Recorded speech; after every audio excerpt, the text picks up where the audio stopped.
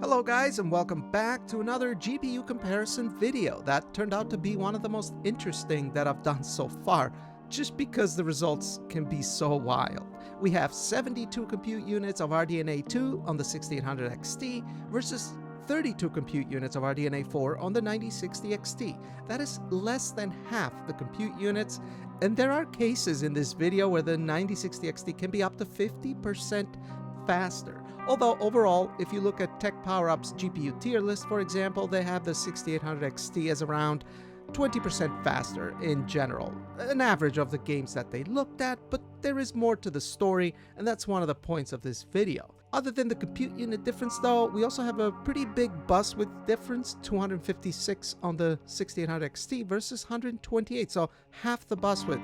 And we also have a much lower infinity cache, 128 megabytes on the 6800 XT versus 32 on the 9060 XT. Powering these GPUs will be a Ryzen 7800X3D. I'll have the entire spec in the description, and we'll start with the Silent Hill 2 remake, a pretty good Unreal Engine 5 game that supports both software and hardware Lumen, starting with 1440p, no upscaling, high graphical preset. The very beginning forest area is one of the more demanding areas in the game, and here we see the 6800 XT do pretty well with 58 average FPS, and the 9060 XT does really good as well, by the way, 50. 6800 XT only 16% faster in averages, but 1% lows are a pretty big disaster on the 9060 XT, and I'm not sure why, because the 6800 XT is over 54% faster in that regard. So yeah, something's clearly going on here with the 9060 XT. Could it be the memory bus width or infinity cache? I'm not entirely sure. But if we go ahead and drop FSR to quality at 1440p, well, here's where things change quite a bit.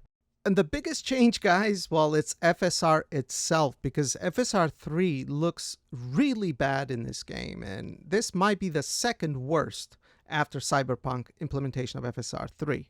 Whereas FSR 4 is like magic. This is a massive visual image quality differences. I mean, it's undeniable. So that is a pretty big advantage the 9060 XT has. I mean, it's like having DLSS all of a sudden. Pretty big and noticeable difference. As far as performance, things don't really change all that much. Sure, both GPUs are getting more FPS now that we're using upscaling. 62 on the 9060 XT versus 68 on the 6800 XT. Not a big difference, nothing worth talking about, but 1% lows are worth talking about because there's still a pretty big gap. And you can see it in the frame times. The 9060 XT only averages 42 versus 61 on the 6800 XT. So again, I'm not sure if it's something to do with the memory bus width, the lower infinity cache, or drivers, or a combination of all three, but there is clearly a noticeable difference in fluidity in this game. Now, as bad as FSR 3 is on the 6800 XT, you can take comfort in knowing that you could at the very least play the game at native 1440p, as it is able to average around 60, and the forest area is the more demanding area, like I said before. For example, if you go into the town of Silent Hill, both GPUs do quite a bit better, with the 6800 XT being in the lead a little bit with the average of around 80 FPS, and the 9060 XT also being close to 80. 1% lows actually appear to be choppy on both, but this is where it gets a little bit interesting, because if we go ahead and enable hardware Lumen now, well, both GPUs actually have very similar averages, practically identical average FPS. But where things turn around now is the 1% lows. Now the 9060 XT has better 1% lows, with 45 versus 35 on the 6800 XT, with 28% advantage. What the heck is going on? And I had to go through a fight on the 9060 XT side that I didn't have to on the 6800 XT side. But things get even more bizarre, because if we go and enable FSR frame generation on top, the 9060 XT pulls ahead even more with 127 average versus 119. Not a big deal, margin of error stuff, but the 1% lows On the 6800 XT, they're disastrous, guys. As you can see, there's some pretty big stutters, leading to 23 FPS 1% lows versus 68 on the 9060 XT. That's like twice as fast on the 1% lows. So clearly, RDNA 4 has some pretty big ray tracing advantages, which makes sense. RDNA 2 wasn't really known for its ray tracing performance. I also want to take a brief look at 4K as well on both GPUs. 6800 XT should have a bigger advantage here with a wider memory bus with more infinity cache, and that can be seen in this case, 6800 XT being 23% faster on average, although both GPUs are at around 30 FPS. Not an ideal gameplay experience, although I'm sure some people would be okay with that. I see no reason why I wouldn't use FSR on the 9060 XT at least, because we can do FSR 4. With such low frame rates to begin with, FSR performance is really the only chance that we have to get as close to 60 as possible. And as you can see with the RX 6800 XT, it is actually possible to get close to 60, averaging 59 FPS with 54 1% low. So very nice performance on the 6800 XT. 9060 XT has fallen quite a bit behind at 47 average FPS, and again, 1% lows are noticeably worse on the 9060 XT in this particular case. So 6800 XT stands 50% faster, 1% lows, and 25% faster in average FPS. And just like before, once we make it to the town of Silent Hill, both GPUs do noticeably better, with the 9060 XT now being close to 60 average. But 1% lows again are quite a bit low for both GPUs in this case, actually a bit worse on the 6800 XT. That leaves frame generation out of the image, which we'll go ahead and turn that on, and that's kind of when things turn back around, because now the 1% lows are practically identical between both GPUs, and the average 6800 XT is only 18% faster this time. So when it comes to using frame generation, the 9060 XT does catch up a little, which is quite impressive. Grand Theft Auto 5 Enhanced was extremely interesting to take a look at. At 1440p, multiple ray tracing effects, they've also added high-resolution RT reflections and given us a second ray bounce for ray trace global illumination. Both of those are enabled. Everything is maxed out. And what's interesting is that the 6800 XT and 9060 XT are pretty much neck and neck most of the time. Unfortunately, on the 9060 XT side, I wasn't able to capture 1% lows and averages for whatever reason. But just look at the FPS, right? Both GPUs are performing very similarly, which is a bit impressive for the 6800 XT, being that it's RDNA 2 with all the ray tracing effects that we have going on here. But what is extremely unusual is how the 9060 XT appears to be going through some sort of bottlenecks in certain areas of the map. They're both equivalent, but as we get closer to the car, you'll see on the 9060 XT, FPS will plummet just entering the shade. This has something to do with the second ray bounce. I think it's some sort of a memory bottleneck being experienced on the 9060 XT. I mean, it's the only other thing that has a very big difference when you look at these GPUs architecturally, other than just compute units. So we leave that shaded area, and now you'll see the 9060 XT catch up to the 6800 XT in FPS. Very, very interesting indeed. I don't think I've seen something like this in any other game that I've benchmarked previously. That is why this video turned out to be one of the most interesting ones that I've done. If we disable the second ray bounce though, we now see both GPUs are actually very comparable in performance, which again is quite impressive for the 6800 XT, because it's not the greatest ray tracing architecture, but GTA appears to be very well optimized for that architecture. Is that a surprise? Not really, because they are focusing on consoles. Both Xbox and PlayStation run on RDNA 2. Even the PS5 Pro is RDNA 2 with some RDNA 4. But most importantly in this case though, we see on the 9060 XT, when we enter the same shaded area, we see no performance drop in this case. So that second ray bounce was causing some sort of a bottleneck on the 9060 XT's perhaps memory structure. That is what I'm leaning towards myself, but you guys leave a comment down below and let me know. But yeah, very consistent now with the 9060 XT.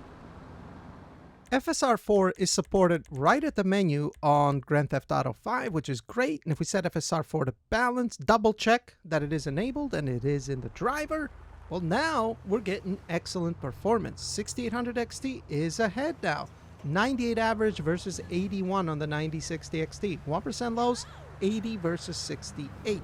So the 6800 XT is around 20% faster on both average and 1% lows, but still 9060 XT does extremely well here. And if I had to choose, I would go with the 9060 XT personally. Yeah, it's a little bit less frame rate, but the image quality is superior with FSR 4.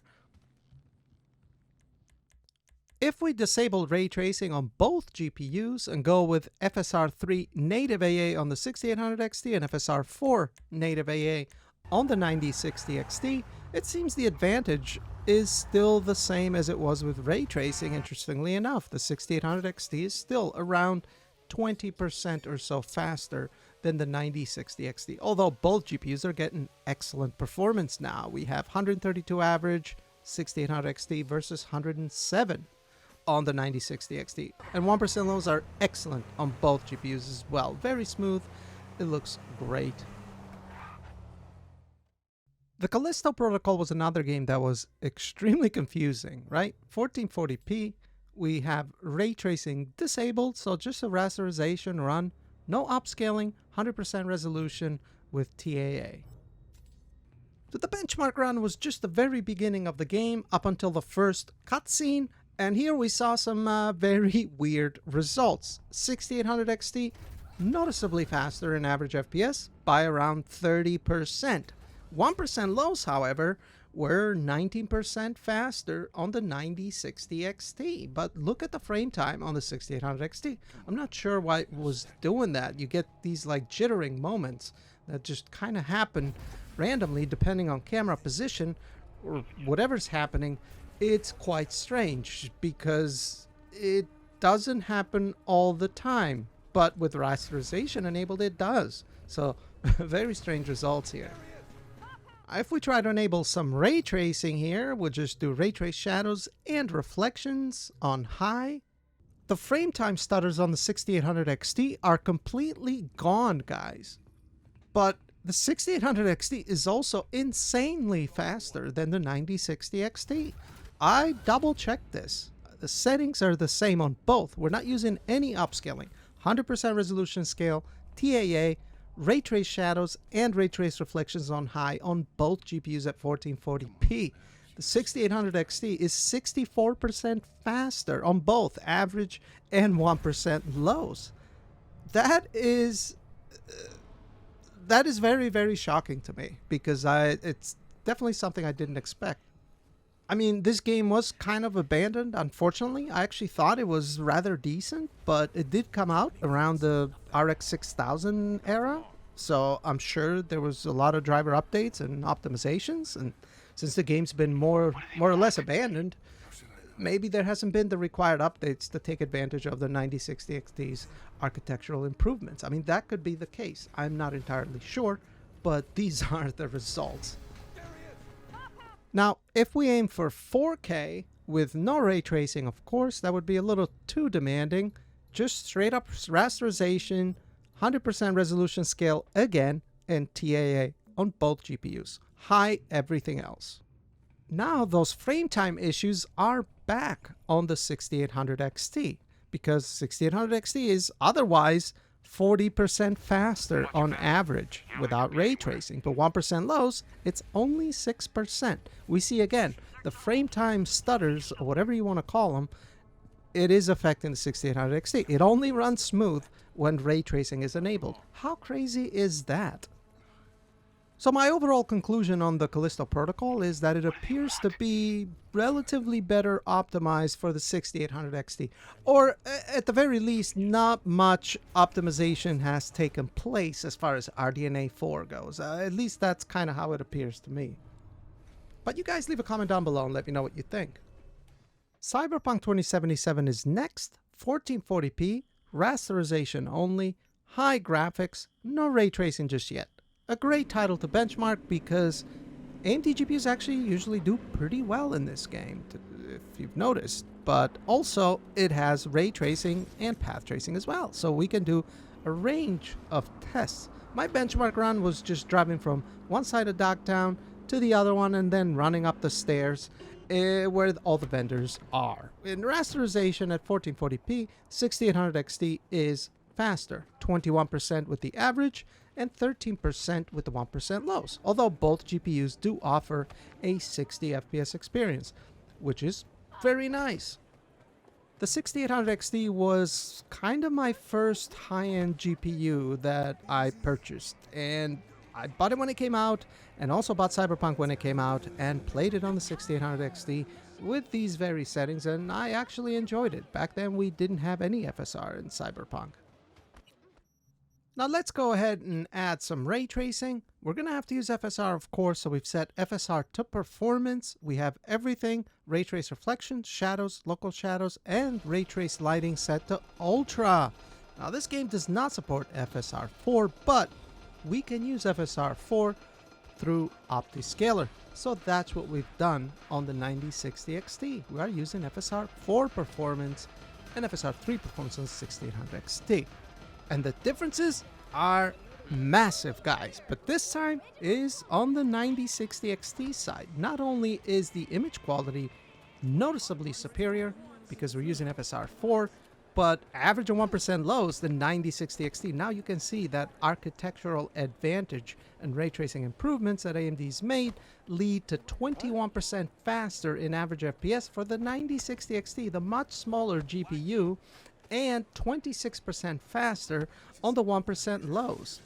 Now, I don't know if it's just architectural improvements with AMD, or maybe they just have optimized the drivers so much for Cyberpunk, because Cyberpunk's with ray tracing and path tracing tends to be a bit of an outlier when it comes to RDNA 4, because they perform so well that you don't normally see these type of performance differences in other games. Not like this. Even when I compare the 9070 XT to the 7900 XTX, we saw massive gains with RDNA 4.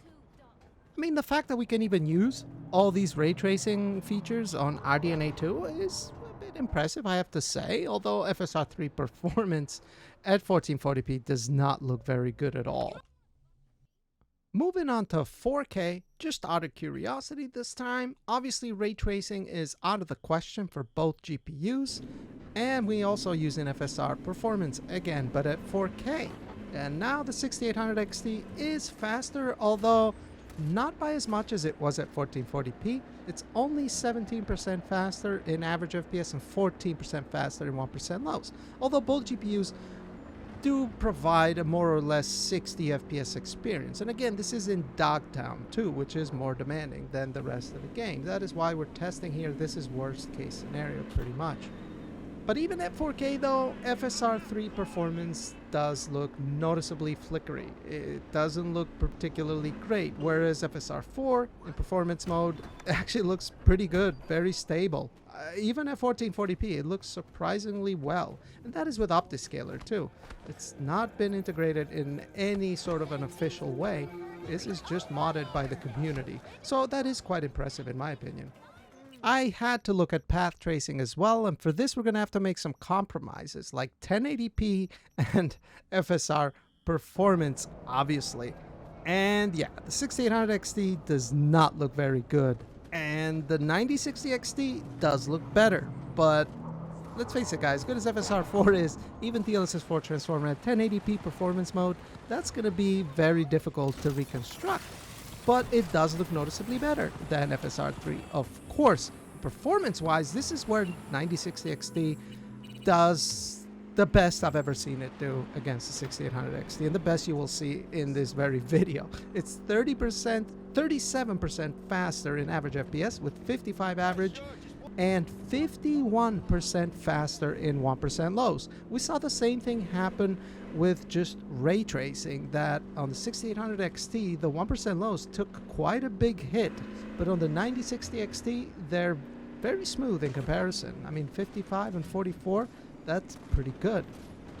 All four games that we looked at so far, the performance numbers have kind of been all over the place. Either the 6800 XT is very much ahead, but then the 9060 XT will be ahead with ray tracing or rasterization, FSR 3 versus FSR 4. I mean, it's just been kind of crazy. Normally I don't see these type of fluctuations and different scenarios leading to different results and different advantages.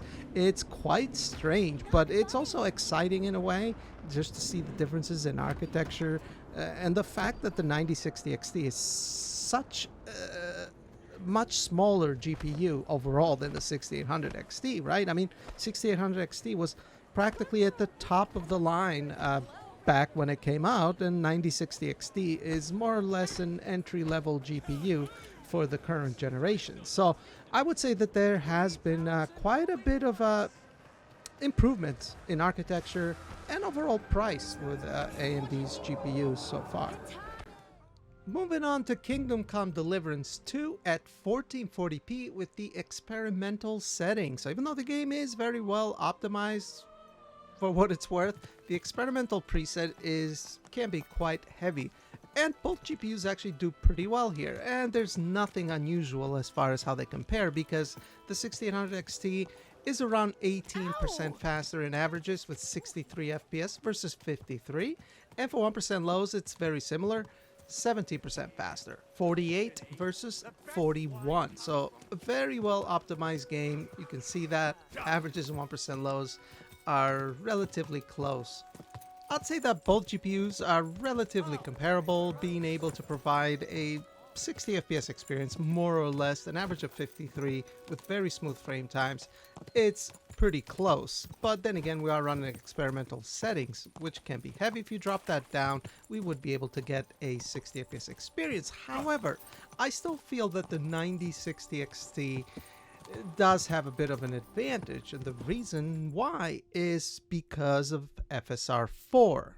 I'd like to always tab out and just verify that FSR 4 is enabled, and it is. Both GPUs appear to gain around 10 FPS or so with their averages. 6800 XT still about 23% faster with 78 average FPS versus 63 on the 9060 XT. So 9060 XT can now deliver a 60 plus FPS experience with FSR 4 while also looking better as well. That is one feature with RDNA 4 that can tip the scales in its favor. Even if it was getting slightly fewer FPS, like the 6800 XT being 20% faster, I think having access to FSR 4 trumps that, in my opinion.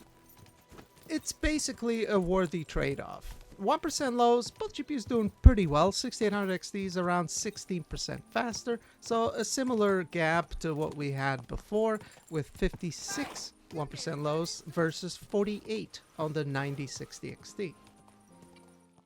Monster Hunter Wilds is next at 1440p with the ultra graphical preset, FSR quality, highest texture quality as well, and this game also has FSR 4, and it makes a massive difference in image quality as well. And just to verify that it is enabled, it is.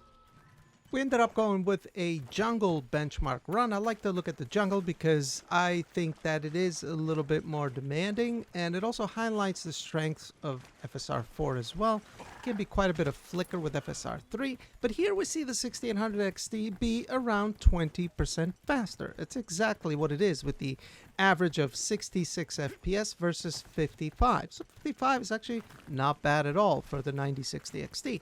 1% lows, it's only 13% faster in the favor of the 6800 XT with 49 FPS versus 43. So I think the 9060 XT is actually holding up pretty well here. And for what it's worth, I think the frame time is actually pretty decent. Not too bad at all. That is until you enable FSR frame generation, that is.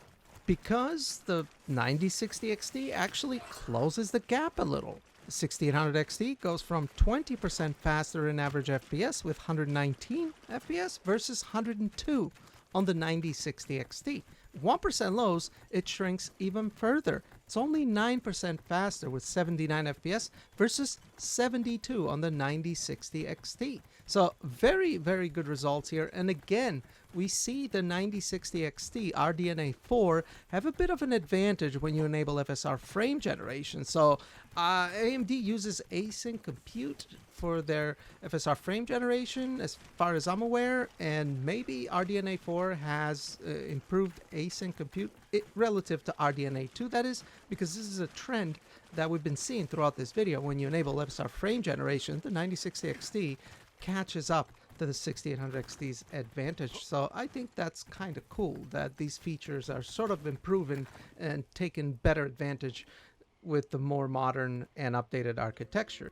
Aiming for a 4K resolution, this is going to be a tough one, and it is tough because we're going to have to use FSR performance for both to even be able to have a shot at getting anywhere close to 60 FPS. And you know what? The 6800 XT actually gets pretty close with 55 average FPS. The 9060 XT falls a bit behind here with 41 average FPS. So the 6800 XT is 34% faster in this case, and 1% lows, it's 24% faster than the 9060 XT.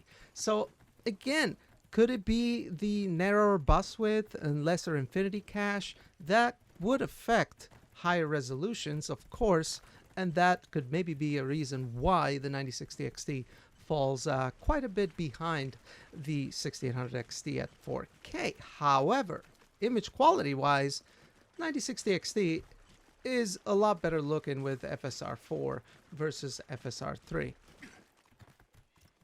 Alrighty then, to wrap things up and share my final thoughts, I'll leave you with some Spider-Man 2 footage at 1440p, FSR 4 quality, frame generation, and very high ray trace reflections on the 9060 XT. It actually does a really good job, excellent performance, very fluid, looks great. The architectural improvements from RDNA 2 to RDNA 4 are quite impressive. I mean, here you have a GPU with less than half the compute units, half the memory bus width, and a quarter of the infinity cache, come close in rasterization performance, and worst case, match ray tracing performance to being over 35% faster in heavy ray tracing.